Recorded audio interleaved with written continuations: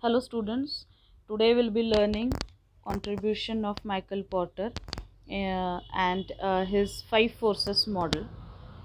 So in earlier lecture we have seen introduction of Michael Porter. In continuation with that we are going to learn what is five forces model. Now Porter has provided a five forces model which focuses on five forces which shape the competition within an industry. That means in earlier lecture we have seen the concept of competitive advantage and how a firm will be benefited from this competitive advantage. So in today's lecture we are going to see that which are these five forces which interact with each other and create competition in the market, and definitely on basis of this five forces model a company can chalk out its strategy which would be suitable for the organization and which would be helpful for the organization to take the maximum benefit of the advantage of the competition existing in the market. Okay, now because of this five forces model, or it is also called as industrial analysis, so this analysis of competitive forces enables the firm to identify the opportunities and threats for the firm. Okay, and on basis of which a competitive strategy can be chalked out by the organization. And what is competitive strategy? It is a strategy, or it is a process of relating the firm to its environment as per the external environment, as per the opportunities and threats which you are getting from the external environment. On basis of that, the organization has to decide what kind of strategy is suitable for its organization. Okay, so this five forces model we are going to see today. The first force is called as competition among the companies. Now what happens, what kind of competition exists in the market? This is very important. Now it may happen that the competition, or there is a rivalry among the firms. That means two companies are behaving like enemies, so because of this rivalry, what happened, there's price competition, advertisement battles are created, then new product developments take place because of this rivalry among the firm. Or if you are having a competition, cutthroat competition in the market, and increased attention to customer services. So what kind of competition exists in the market is very important for an organization to decide its own strategy, what role an organization can play. Suppose your competitor is very strong, it's continuously introducing new products, it's going for heavy advertisement and publicity, then at that time it becomes necessary for the organization to chalk out such kind of strategies which would beat its competitor in the market. So it should go for higher quality product, then go for good customer service, increased attention towards the customer, then new innovative product development. This become necessary for an organization to beat its competitor and to survive in the market, to stand firmly in the market for a longer period of time. This is what I talked about. If you are having a rivalry among firm, or if you are having a very strong competition among two companies or two business organization or two firms. But on the other hand, if you are having a weak rivalry or a weak competition is existing in the market, then this would definitely be considered as a opportunity for an organization where you can go for the organization gets an opportunity for price rise and higher profit.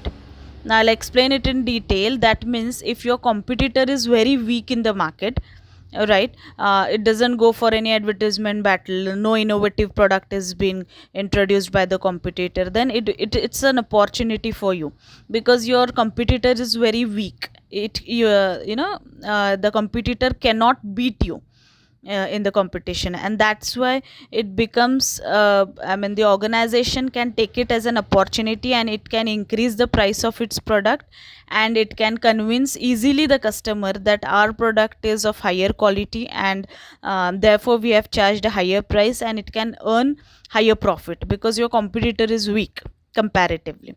Okay, so this acts as a opportunity for an organization. So the first point is, of course, the competition among the companies. So what kind of rivalry or what kind of competition exists in the market is very important, because of which you can design your own strategy. So the nature of competition gives you either an opportunity to beat the competitor, or it acts as a threat for your survival, right? So accordingly, you will have to chalk your own strategy for your long term survival of your organization in the market. So that is the first force among the five forces. Then coming towards the next one is threat of new entrants. That means what is the threat, or how, what kind of risk is associated with the new entrants. New entrants means who? Those competitors, potential competitors, who are going to about to enter into the market.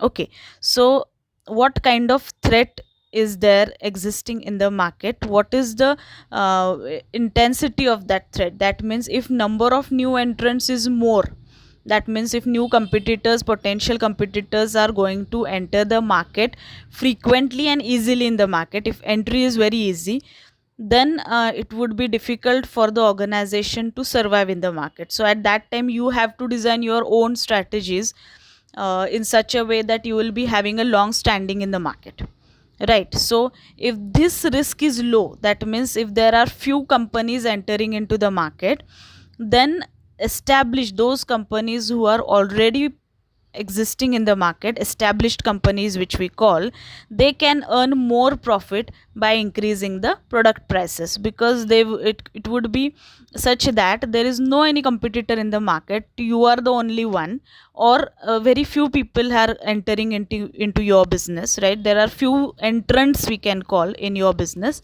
And so this, if this risk is low, what happens? You can your importance in the market increases, because you are the only one, or you are the only few companies who are providing that product in the market, right? So definitely the flow of customers would be towards you. And at that time, if you, even if you increase your prices of your product, then also the customers are ready to pay that higher price, because nobody is in the market. You have very few competitors or no competitors in the market. And another thing is that not even other competitors are ready to enter into the market, isn't it? So now the possibility of entry of new firms depend upon certain factors. Which are those factors? Government policy, your economies of scale, or capital requirement. For example, if your capital requirement for establishing a business like yours is too much, that means a huge amount of capital is required, then definitely few companies would be interested to enter into the market, right? So here you can be benefited. So you are, your position is quite comfortable, where you know that your business requires huge amount of capital, and therefore there are few entrants who are entering into the market. Therefore you will be comfortable in the market, where you can raise the prices of your product and you can enjoy higher profit, right? Then because of this, that means threat of new entrants, if this risk is low, established companies can be more comfortable in the market. But if this risk is high, then what will happen? You have to chalk out your own strategy as to how to have a good standing in the market, right? Then next point is, third point is, threat of substitute products. So what happens? That substitute limits the potential returns of an industry, right? So if your product do not have any close substitute, then it has the opportunity to raise the price and make huge profit. If in market for your product there is no any substitute product for your product, then what will happen? You can earn huge profit by raising the prices. But if the substitutes are more, then what will happen? You can't raise the prices. You'll be having a tough competition or cutthroat competition in the market, so you won't be able to take the benefit by increasing the prices and earning huge profit. So that is the another force. Then next is bargaining power of buyers or bargaining power of customers. Now this is another barrier where Porter observes that buyers compete with the industry by forcing down the prices, bargaining for higher quality and more services, and playing competitors against each other. Now, when can buyers do that? When when the bargaining power of customers or buyers is powerful, or when they are having buyers are powerful when they are concentrated, few in number, and when these buyers are purchasing your product in large volume, and they have full knowledge about the demand, actual market price, and the supplier cost. Okay, so here bargaining, the customers will bargain with you to reduce the prices. When is this possible? When your customers are purchasing your product in large quantities, and they have full knowledge about the demand in the market, the actual price of the market, and what is the supplier's cost. When everything is known by your customer, then you can't deceive your customer. You have to listen to your customer, right?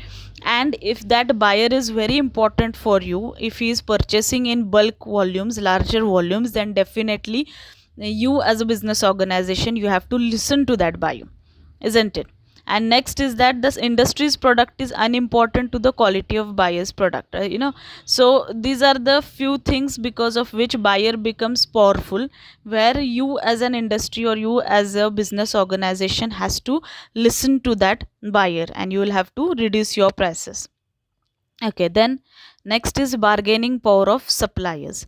So suppliers can threaten to raise the prices or reduce the supply. And according to Porter, suppliers are powerful when they are concentrated, organized, right? They are together. And when buyers are fragmented, or you can say they are scattered, they are not together, that time supplier is in power, right? Then so if suppliers product do not have any close substitute, or there are very few substitute, then definitely supplier is in a powerful position where he can charge a higher price for his product. Okay, so because of these things, a supplier becomes powerful, his bargaining power is much more, and at that time the buyer has to listen to the supplier whatever he is saying, right? So these are the five forces because of which these five forces interact with each other in the market, and it creates some opportunities and threats for the business organization, on basis of which the organization has to decide its own strategy. Okay, now what does Porter think? That all these five forces collectively determine the intensity of competition and profitability of the industry. That means the existence of that industry, the profitability of the industry depends upon these five forces model, how these five forces interact with each other, what is the intensity of competition in the market, and this the strength of these forces is important for formulating the strategy. Okay, so a strong force will give you a threat, and weak force will provide you an opportunity. That means if your competitor is weak, you are having a weak rivalry with the competing firm, then definitely it will act as an opportunity for the firm to raise the price and earn more profit. Okay, so it depends upon the ability of manager as to how he recognize the changes in these forces, which brings or which gives him certain opportunities and threats, and formulate the strategies, appropriate strategies suitable for its organization accordingly. This is what is five forces model. Okay, so we'll end our lecture with this. Thank you.